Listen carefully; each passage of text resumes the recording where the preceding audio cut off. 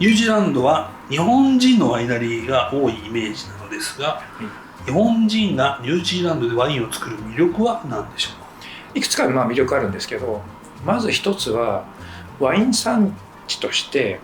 かなり後発な産地なんですね。世界的に見ても一番最後の方に出てきてる産地なので、変な村意識みたいなのが全くないので、外国人が入ってくることに対する抵抗っていうのがほとんどないんですよね。ブルゴーニュなんかね、村社会なんで、外国人が入るの結構みんな苦労すると思うんですけど、ドイツ人のカイ・シューベルトさんも言ってたのが、ブルゴーニュ以外でうまいピノができる産地をいろいろ探して、オレゴンとかいろいろ悩んだけど、やっぱりマルティンボローが一番と思って移住したみたいな、そういうピノを求めてくる人が結構多くて、でブルゴーニュ以外で、新世界で自分がここの気に入ったって言ったらブドウが手に入るっていうのも魅力で、例えばシャンベルタン欲しいって言ったってお金出しても買えないわけなので、あとは永住権が取りやすい。今もニュージーランドそうなんですか？今はまた厳しく、緩くなったり厳しくなったりするんですけど、今やってるとか楠田さんとか佐藤さんとか、楠田さんが一番早いんですけど、始めた2000年代ってまだ永住権が取れた時代で、永住権の出し方も何種類かあるんですけど、僕らが取ったのが、スキルドカテゴリーって言って、その当時足りてない職業の人に優先的に永住権を出すっていう点数があって、地元の大学出たら何点、この仕事をしてたら何点、オークランド以外で働いたら何点みたいなで、点数の高い方から取ってくれる。でその当時ワイン産業が右肩上がりだったので、醸造家がかなりランクが上に入ってて、ポイントたくさんもらえたんですよ。そうなんですか。そういうのも総合的に考えて、アメリカやっぱりグリーンカードなんだろう難しいので、外国人入りやすいし、ピノができる、あんまり排他的じゃないっていうところで日本人がたくさん行ったと思います。そういう理由なんです。そうですね。なんでだろうと思ってました。いい質問でしたね。いや、そうですね。続きまして、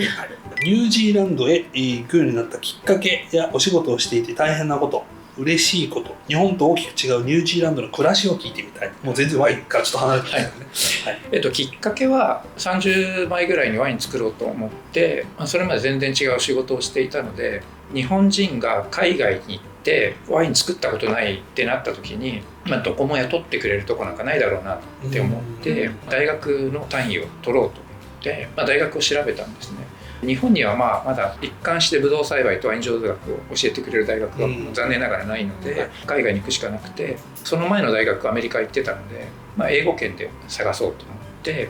もちろんボルドー大とかガイゼンハイムとかあるんですけど、そこから合格までやる根性はなかったので、世界的に有名なのが UC デイビスなんですけど、学費めちゃくちゃ高いんですね。あとはやりたかったのはピノなんで、ピノができて大学が国立大レベルで、学費が払える範囲っていうのも絞っていったら、ニュージーランドの林間大学は条件的に一番ぴったりだったので、2002年にニュージーランドまで見に行って、でワイン産地も全部回ってワインもテイスティングして、すっごいいい国だなと思って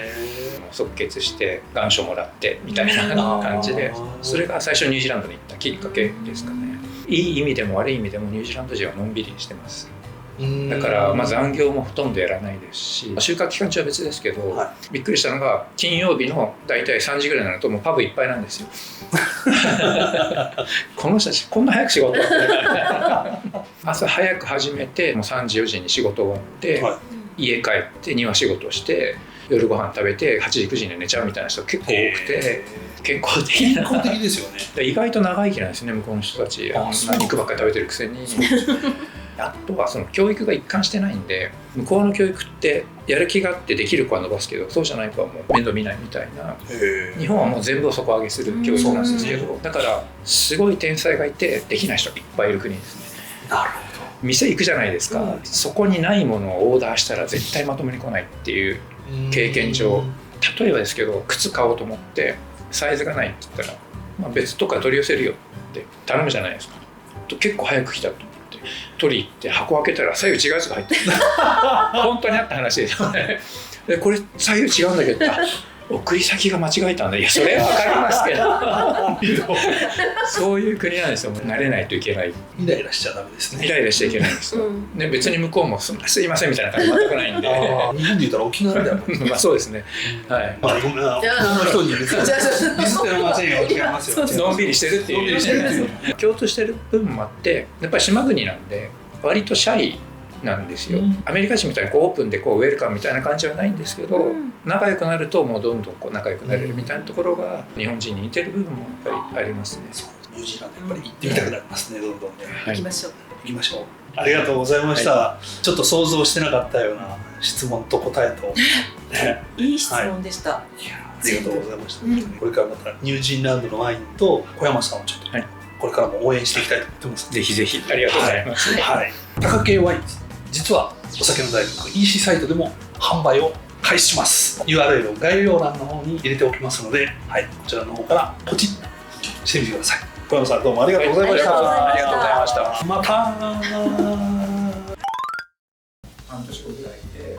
そこからみんな22年やって、まあ、で50してるとなると、この辺行くときは結構もう酔っ払ってると思うんですけどちょっとだけ意識してレッドコードの、ね、パワーすごいです。でもこっちのピアソンズもとっても綺麗なでスタイル違うので、でもこ